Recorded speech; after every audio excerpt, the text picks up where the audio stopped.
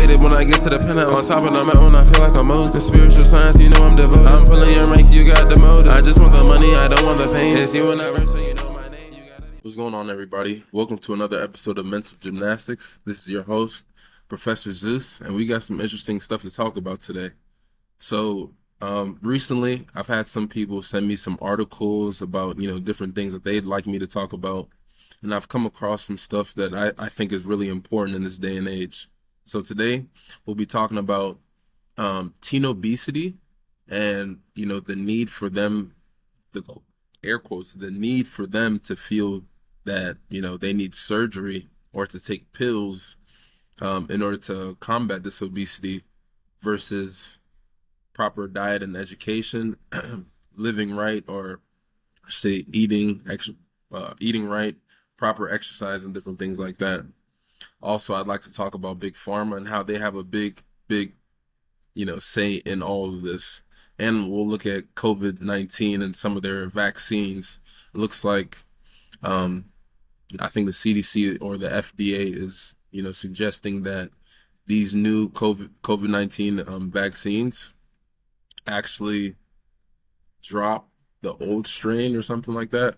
But don't worry, we'll get into it. So let's pull up this first article. I thought it was really interesting because I'm like, nah, you know what I mean? Like, what are we talking about here? What are we talking about? So if you see here, it says, hold on, teens with severe obesity are turning to surgery and new weight loss drugs despite controversy. A small but growing group of young teens are turning to drastic treatments to lose large amounts of weight, things like body-altering surgery and new drugs that rewire, wow, that's a crazy word, rewire metabolism. John Simon III was a hungry baby, a chunky toddler, and a chubby little boy, his mother said, but by age 14, his weight had soared to 430 pounds and was a life-threatening medical condition. Let me tell you right now, my son, I wouldn't say he's a chunky baby, but I mean he enjoys eating. He enjoys eating, but I wouldn't say he's a chunky baby or anything like that. 9 months after weight loss surgery that removed a portion of his stomach, John has lost about 150 pounds, boosting his health and hopes for the future. It was like a whole new start, said John, who will start high school in California this fall. In Minnesota, Edward Kent was diagnosed with fatty liver disease. The 6', 300-pound high school sophomore started using the obesity drug Wegovy in January, just a month after federal regulators approved it for children 12 and under, and has lost 40 pounds. Let me stop right here. I distinctly remember a time when I was a young adolescent where Nickelodeon did this thing, right? Where they would have a marathon or something of a show, and then before you know it, I think it was the International Day of Play or something like that.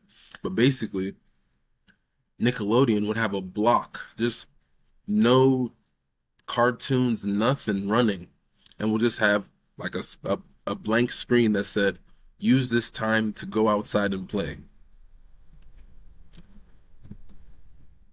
Some people might, switch the channel and things like that, but other people would actually, yeah, let me go outside, like let me play around a little or something. The fact that we don't even have that type of culture anymore actually says a lot, right?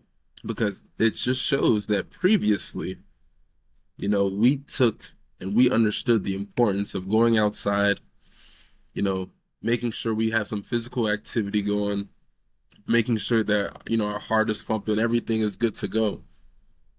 But now here, we have kids, teenagers, who are willing to go through surgery, who are ready to take pharmacy pills because of, dietary decisions. And it's not only the kids' fault. The parents have a large part to play in it. what did that article say? Let me see it again. The article said at the age of 14, his weight had soared to 430 pounds. Can you imagine being 14 and weighing 430 pounds? 430 pounds. What? It's not just on the kid, it's also on the parents too. But guys, let's be real. We live in a society right now where eating right, physical activity is almost shunned upon, right? Now we have so much more emphasis on just, getting surgery to get those goals, or take a pill to, help with that sickness or whatever, instead of actually, dealing with it. And hold on, let me actually go back to that. Let me just show you guys, right? Let me go back, right? Okay, it's a huge deal. So obesity drug Wegovy, just a month after federal regulators approved it for children 12 and older, and has lost 40 pounds. Let's actually look up that drug and let's see what that drug actually does.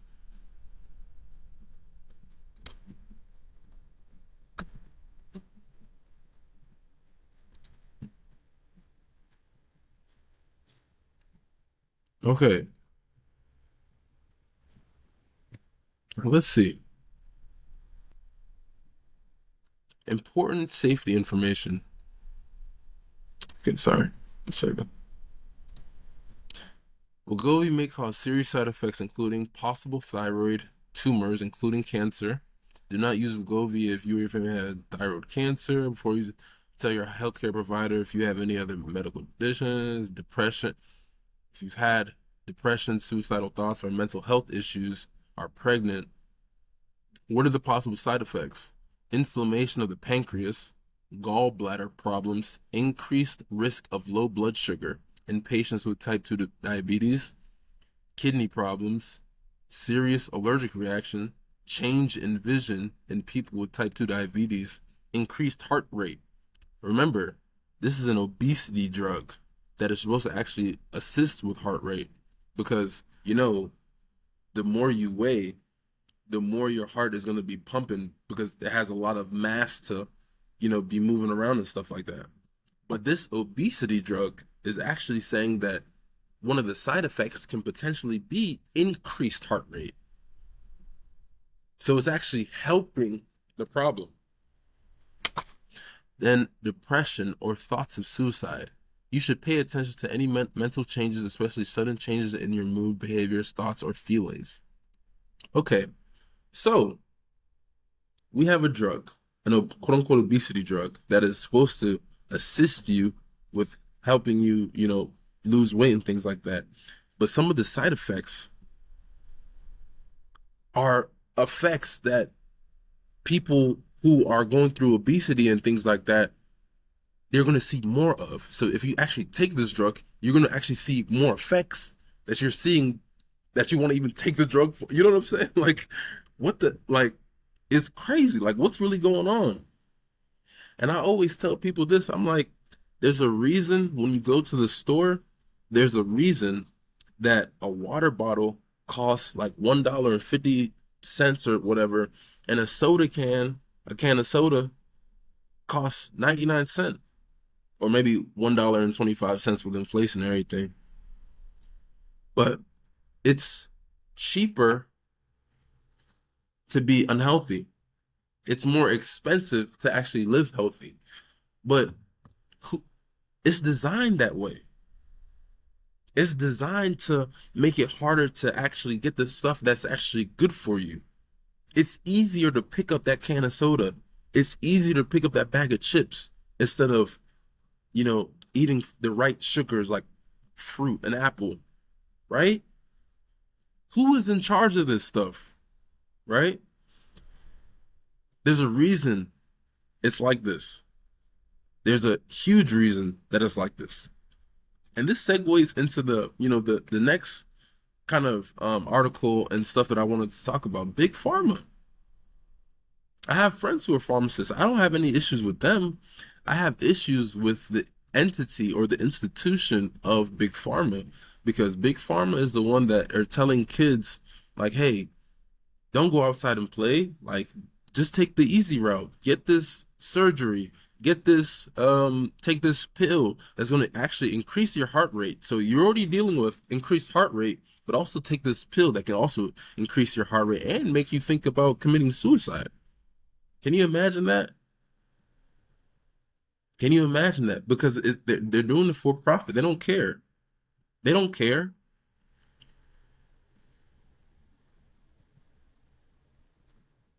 Let me show you guys this other article because it's so ingrained in our society. I'll literally show you from Obama to Trump to Biden.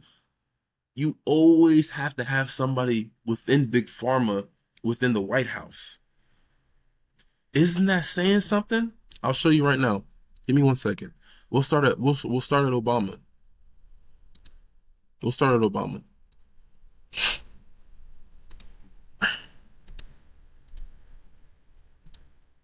So it says here, Obama architect leaves White House for pharmaceutical industry job. When the legislation that became known as Obamacare was first drafted, the key legislator was the Democratic chairman of the Senate Finance Committee, Max Baucus, whose committee took the lead in drafting the legislation. He repeatedly boasted the architect of the legislation was Elizabeth Fowler, his chief health policy counsel. It was actually Fowler who actually drafted it, aka Obamacare. If you draw an organizational chart of major players in the Senate healthcare negotiations, Fowler would be the chief operating officer, right? Whatever one's view was on Obamacare were and are, the bills mandate that everyone purchase the products of the private health insurance industry, unaccompanied by any public alternative, was a huge gift to that industry. Okay, so you have somebody from the Obama administration actually moving towards a pharmaceutical role, right? But just like this person said, this was their chief health policy council. All right, now let's go to Trump. Let's go to Trump. Trump picks ex-pharma executive Azar to lead the HHS. President Donald Trump on Monday nominated former pharmaceutical executive Alex Azar to be his next Health and Human Services Secretary, moving to stabilize the agency at the center of his administration's biggest domestic policy failure. Azar, a veteran of George W. Bush's administration, would succeed Tom Price, who resigned after Politico reported he spent roughly $1 million on private and government air travel in just 7 months on the job. He'll be a star for better health care and lower drug prices. Trump tweeted from the Philippines Monday morning. Right? Now, so you can see we have people who are leaving administrations to join Big Pharma. You have people leaving Big Pharma to join the administration. Okay, now let's keep going. Let's check out our current administration. Biden hires oil and pharma people after he campaigned to be tough on those sectors. Biden had oil and pharma people as appointees for his cabinets after making a statement to go after them during campaign. During his campaign, Joe Biden swore to be free from the influence of oil and pharmaceutical industries, but a recent Twitter post by New York Times reporter Kenneth Vogel begs to differ. According to his tweet, 4 confirmed members of the White House staff so far hail from these very industries, which the Democrats condemn. So, what does that say? Big Pharma. Big Pharma is the entity that's benefiting from all of this stuff. They benefit when you're obese. They benefit when you're confused about gender. If you want to transition from boy to girl, girl to boy, Big Pharma benefits.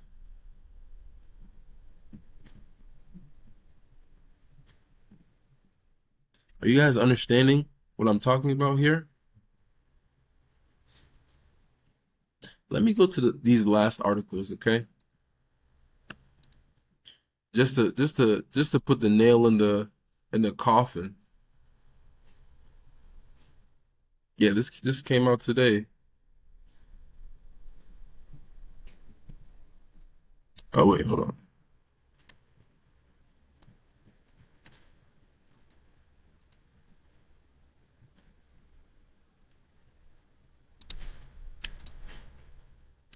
So the FDA advisors back updated COVID shots for fall vaccinations.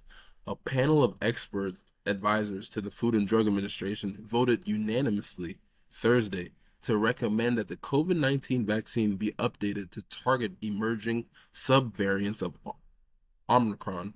The COVID shot that's currently available is known as the bivalent vaccine because it was tailored to target both the original strain of COVID and the Omicron subvariants that dominated last winter. But the FDA panel recommended that drug makers abandon the bivalent design and instead move to a monovalent vaccine that only targets Omicron subvariants. The idea is to roll out the newly formulated shots in anticipation of a possible uptick in cases this fall. So they're already telling you what they're expecting, and they're already telling you that the original COVID, like, yeah, scratch that. We're not dealing with that anymore. We're just dealing about what we can see or what we can't see yet. Do you guys understand what I'm saying? Do you guys understand what I'm saying?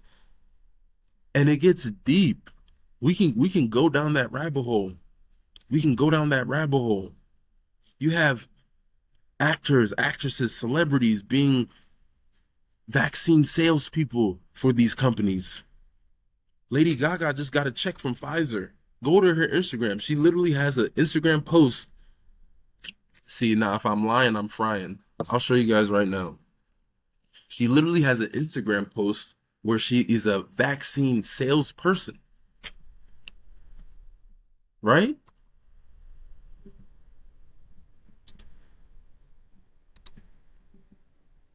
Let me see here. If I'm lying, I'm frying.